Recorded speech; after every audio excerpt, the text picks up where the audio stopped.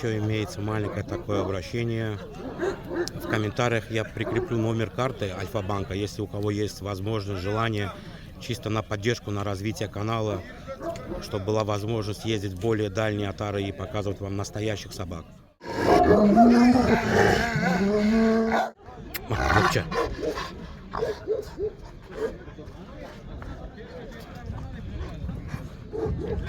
Атарник, короче.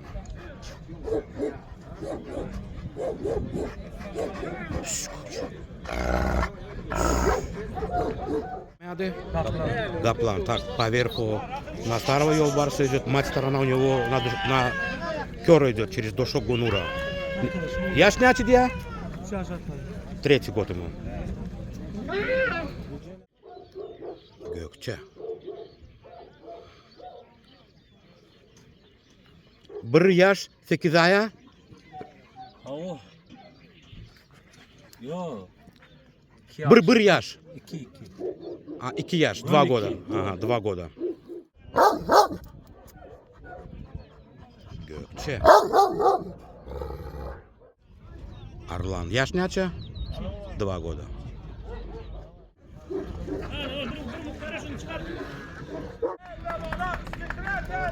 Семь с половиной лет. Чемпион Göktepe был в свое время. Нямяды? Ялта. Ялта. Ялташка.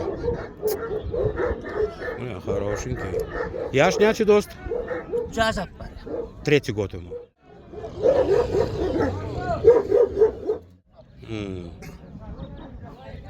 Келеняча? 55 вес его. И в холке где-то. Boy иначе? 77 var.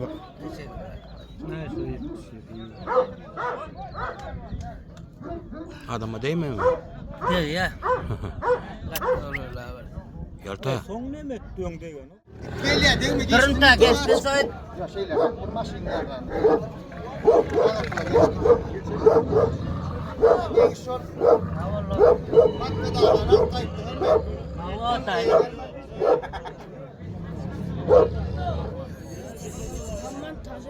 Anne orada metmez gireli.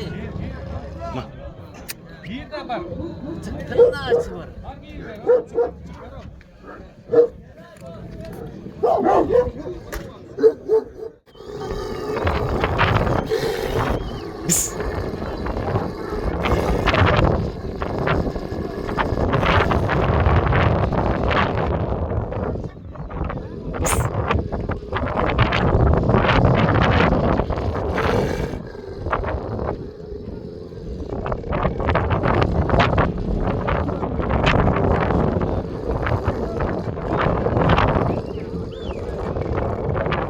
Орлашка.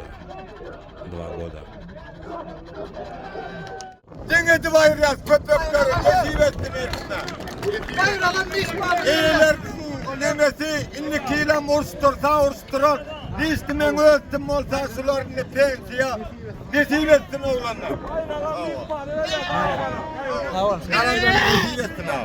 Mala de.